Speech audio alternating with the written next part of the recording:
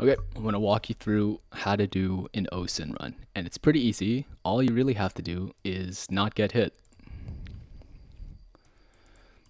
Okay, so first floor, there's not really anything scary on the first floor. You're going to aim for the packs because it makes your run a lot easier if you get some major boons, like traps are disabled or ignore first hit in per room.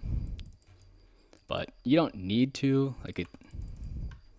I mean, if you're good at the game, you don't even need any packs to be able to do it. But it makes everything easier, makes your risk factor lower, so might as well path towards it. It costs you nothing. So usually you're just gonna skip rewards because I mean all you really care about is the OSIN at the end. So unless like there's really easy divines in my path, I'm not gonna try and path towards like maximum rewards in this kind of run. On the only floor you have to look out for is the very last one, and that's because the traps on that floor are the only ones that are dangerous. So we're just gonna cruise through the first 3 floors, and then we'll see what happens on the last one. Okay, so you don't care about any afflictions that deal with resolve because you don't have any. So it's whatever. You don't care about all of this, but you can take any of these you want because if you don't have resolve, you can't lose anything, right? So we just take that just to be able to get the reward. It's like whatever, but who cares? So these types of traps right here, the best way to do them is to just run by them. There's a small delay. Every time you enter a room, the traps don't start right away. They start after about 1 second. So if you can get there fast enough, you can actually skip a bunch of traps. If you're not confident that you can do that, like you need a certain amount of move speed to be able to do that. If you don't have a lot of practice, then just don't do it, but it's not that hard. So right there, I was able to take a boon that's 50% resolve because 50% of 1 will round down to 0, so you lose nothing, which means you just get free boons.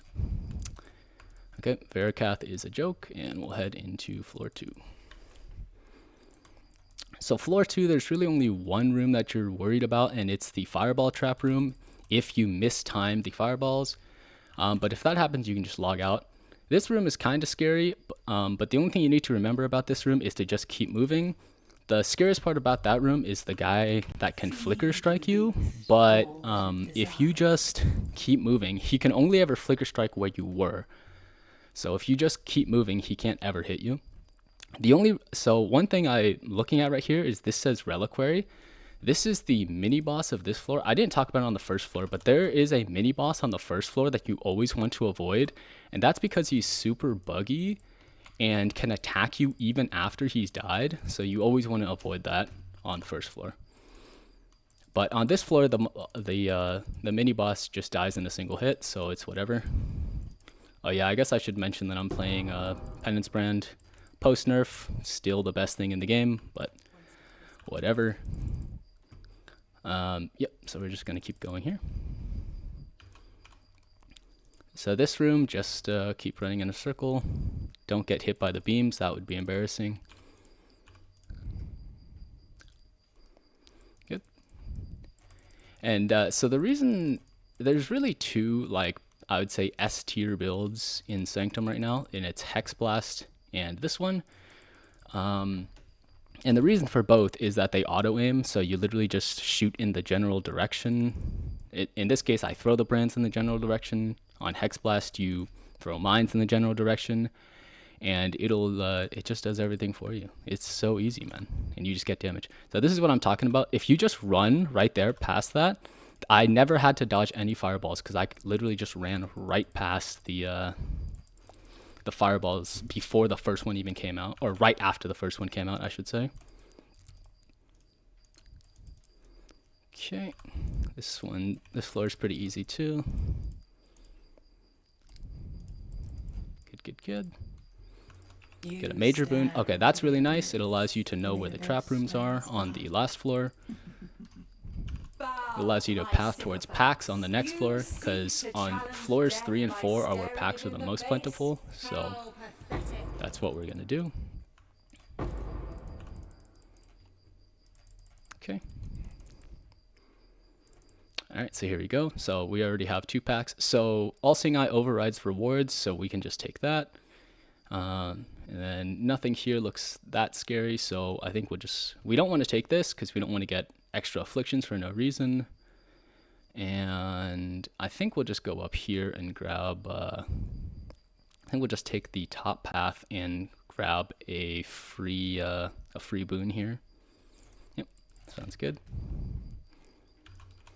So right here, just run past everything on the first set, and then here on the second set, just play it safe and take the time on the first set. There you go. 2 more free boons. We got free minor boon on a fountain. That's like whatever, but it is free, so might as well. Okay, this one is just a run past everything angle right there. Doing pretty good. So the reason you always want to path towards those fountains when you can is because the gold fountain that grants a boon, it can actually also grant major boons, depending if you get lucky. So aside from just getting a good boon, you also could have a chance of getting a major boon. So we'll path towards those when we can. Right here, we'll path towards another fountain. This is the mini boss, another mini boss that you just one-shot because you don't even notice. You want to pick up all the minor boons you can in a run because, like I said, you could get major boons from the gold fountains, and the less minor boons that are in the pool, the higher the chance of that happening. So just pick up every boon you can. Okay, and so we're going to we'll just grab everything here. No reason not to. Okay, we'll go here. Another run past oh, this is a kill all room actually. This one's actually kind of dangerous if you're not careful, because these guys can off screen you. Those guys that right there that spawn right here in the middle part can off screen you when you go to the side area, so that's kind of scary. But it's whatever. Okay, another run in a circle room, no big deal.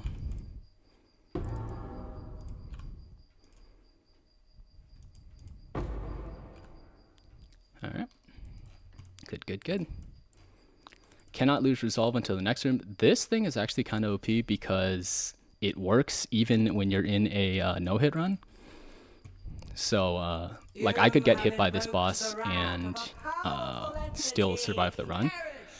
Obviously, I'm not going to try to, but there's actually an interesting bug with this where sometimes... Did you see how as she was dying, those fireballs come out? Sometimes those fireballs are invisible, so don't stand too close to the corpse when she dies, because it could actually just kill you. But I had the boon and I was safe, so who cares? Okay, so first we're going to check for mirrors, because you never know. Next up, we're going to plot a path through the packs. This one has volatile, so I don't really want to go there. So we'll just go here, desecrated. That's another entombment, which I don't want to go to, because that's the trap room I was worried about. So we'll go catacombs. Actually, maybe we should just go the safe way and not hit any desecrated. Mausoleum's easy. Yeah, let's just go all catacombs, huh? Nice and easy.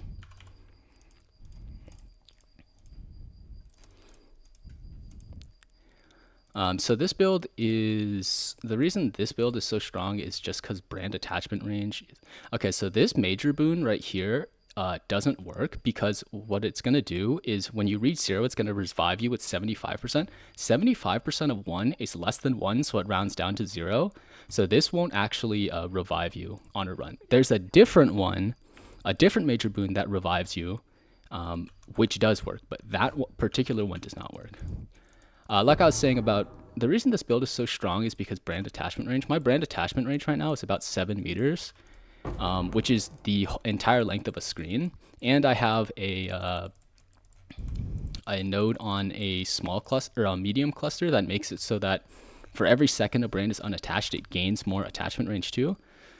So it allows you to just, like, you see that guy's all the way over there at the edge of the screen, and I just place my brand down and it automatically attaches. So really easy when you're doing this build. I'll do Mausoleum because the boss is easy, like that. Okay, 14C. Catacombs again. Same thing here, just brands to the edge of the screen, hit that guy over there. Good, good, good. All good here.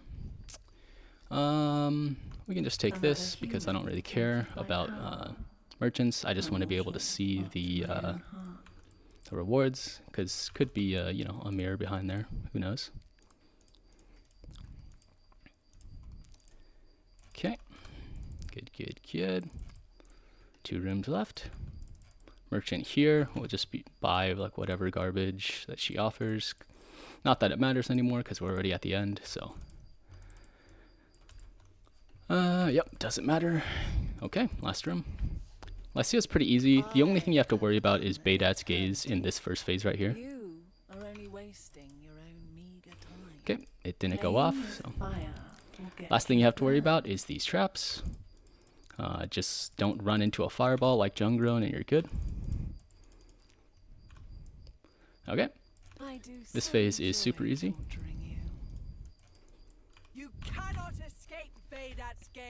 And then next phase, all I have to do is not get hit by the wind beam, and we're good to go. Oh, no wind beam? There it is. It's that easy. Okay. And a bunch of garbage. Cool. Good run. So, all you have to do, don't get hit.